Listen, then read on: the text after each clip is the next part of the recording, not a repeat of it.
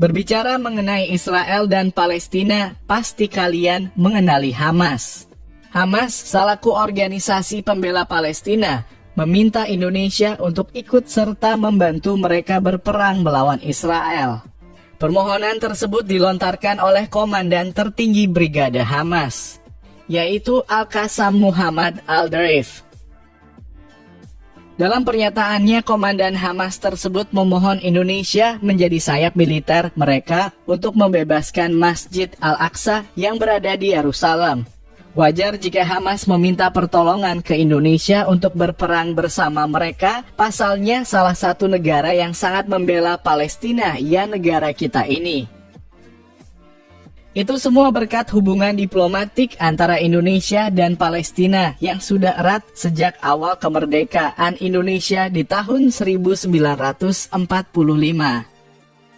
Pada masa tersebut penyebab kedekatan Indonesia dan Palestina juga disebabkan karena memiliki kepercayaan atau agama yang sama. Seperti yang kita ketahui, Indonesia menjadi negara Islam terbesar di dunia. Nah, karena mayoritas masyarakat di Indonesia itu Muslim, ikatan persaudaraan sesama Muslim jadinya lebih erat. Apalagi Palestina saat ini memperjuangkan Masjid Al-Aqsa yang sudah pasti bakal dibela mati-matian sama umat Muslim seluruh dunia. Jadinya kedekatan Ibu Pertiwi dan saudara kita di Palestina sangat-sangat erat. Nah, makanya karena kedekatan negara kita dan Palestina, presiden kita saat ini, yaitu Bapak Joko Widodo, akhirnya angkat bicara. Indonesia mendesak agar perang dan tindakan kekerasan segera dihentikan untuk menghindari semakin bertambahnya korban manusia dan hancurnya harta benda. Beliau menegaskan kalau peperangan antara Israel dan juga Palestina harus segera diselesaikan. Kekhawatirannya jika perang terus berlanjut pastinya akan menambah kerugian dan juga korban. Selain itu, Jokowi juga meminta Menteri Luar Negeri agar bisa melindungi warga negara Indonesia yang berada di Palestina. Nggak cuman itu aja, presiden kita ini juga meminta agar masalah ini cepat diselesaikan sesuai dengan aturan PBB. Sejatinya presiden kita ini punya kesamaan solusi terkait konflik Palestina-Israel dengan presiden Rusia, yaitu Vladimir Putin. Pasalnya pihak Indonesia maupun Rusia sama-sama pengen agar PBB turun tangan untuk menyelesaikan masalah sengketa wilayah ini dan bisa membuat Palestina merdeka. Cuman sayangnya seperti yang dikatakan Rusia, kalau negara-negara barat sering banget ngeblokir resolusi PBB terkait Timur Tengah. Alhasil konflik Palestina dan Israel nggak kunjung selesai. Parahnya semakin lama masalah ini mengendap, semakin banyak pula korban yang terus berjatuhan. Bahkan dikabarkan peperangan ini sudah memakan korban sebanyak 2.000 hingga 6.000 jiwa dari kedua belah pihak.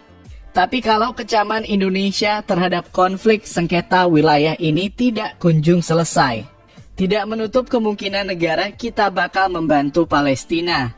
Bisa aja Indonesia bersatu bersama Hamas untuk nyerang Israel. Kalau itu bisa memberikan kedamaian bagi saudara-saudara kita di Palestina. Seperti yang kita ketahui, negara kita ini memiliki 314 unit tank di pangkalan militer Indonesia, dan itu semua bisa aja dikerahkan ke negara Israel. Apalagi yang jadi tank tempur utama negara kita sudah jelas Leopard 2. Perlu Israel ingat kalau Indonesia benar-benar maju. Leopard 2 milik negara kita bakal melepaskan proyektil dan dari moncong meriam berukuran 120 mm. Meskipun jaraknya masih berada dalam radius 6 km, selain itu pasukan Israel bakal dibombardir peluru dengan 2 buah senjata mesin berukuran kaliber 7,62 mm. Enggak cuman itu aja, tank kebanggaan pasukan militer Indonesia ini juga dilapisi material baja khusus agar bisa melindungi awak dari serangan RPG. Itu bakal membuat Israel keteteran melawan kehebatan alutsista Indonesia. Apalagi mereka cuma mampu ngerahin tank Merkava mereka. Soalnya tank kebanggaan Israel ini hanya membawa senjata utama berupa meriam Small Outboard berkaliber 120 mm. Dan selain itu, tank Markava juga dibekali beberapa senjata mesin hingga granat asap untuk dipakai sebagai sistem pertahanan mereka. Tapi itu bukan tandingannya jika dibandingkan dengan Leopard 2, apalagi Hamas pastinya akan ikut serta dalam penyerangan ke daerah Israel. Padahal kita belum ngomongin gimana keganasan alutsista matra laut Indonesia. Salah satunya adalah kapal selam KRI Alugoro. Pasalnya kapal selam buatan anak bangsa ini bisa membawa hingga 40 awak kapal dan mampu menyelam selama 50 hari loh. Ngerinya lagi seluruh kapal milik Israel bisa tenggelam akibat kejantanan dari torpedo Black Shark yang dibawa oleh KRI Alugoro ini. Bahkan negara kita mengklaim kalau torpedo tersebut bisa mengejar kapal-kapal Israel sejauh 50 km. Tapi Indonesia dan juga Hamas harus tetap waspada soalnya Israel juga punya kapal selam yang cukup kuat.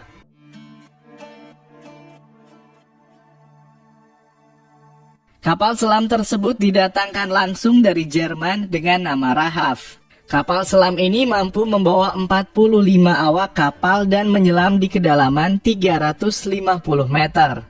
Selain itu juga bisa membawa beberapa tabung torpedo serta rudal untuk menyerang musuh.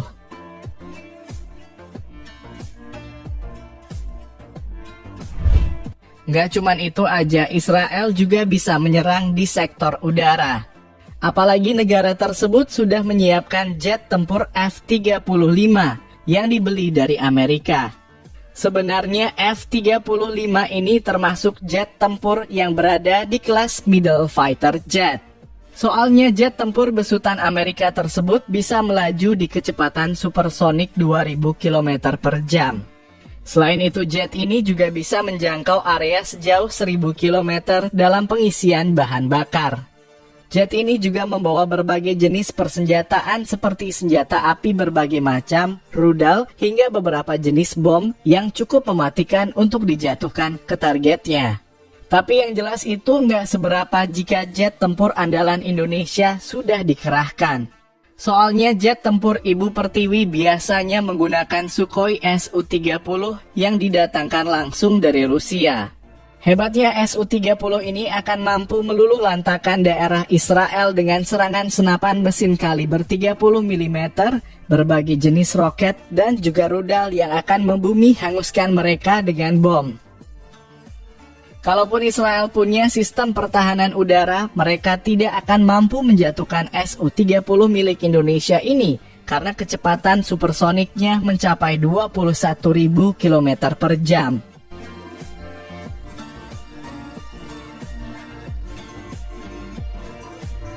Selain itu, meskipun jarak Indonesia dan Israel jauh, tapi jet tempur ini bisa menjangkau jarak sejauh 3.000 km.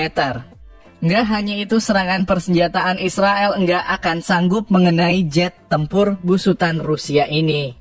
Soalnya Su-30 bisa menembus langit hingga di ketinggian 120 km. Jadinya masuk akal jika Indonesia lebih memilih Su-30 milik Rusia dibandingkan F-15 Strike Eagle milik Amerika Serikat. Meskipun Indonesia harus ngerelain duit sebesar 33 hingga 45 juta dolar untuk satu unit Su-30 ini. Nah Bang Bro, mungkin itu sedikit gambaran tentang alutsista kita jika Indonesia bisa membantu Palestina. Jika ada kesalahan dalam pembuatan video, mari kita diskusi bersama di kolom komentar. Terima kasih sudah menonton. Sampai ketemu di video selanjutnya.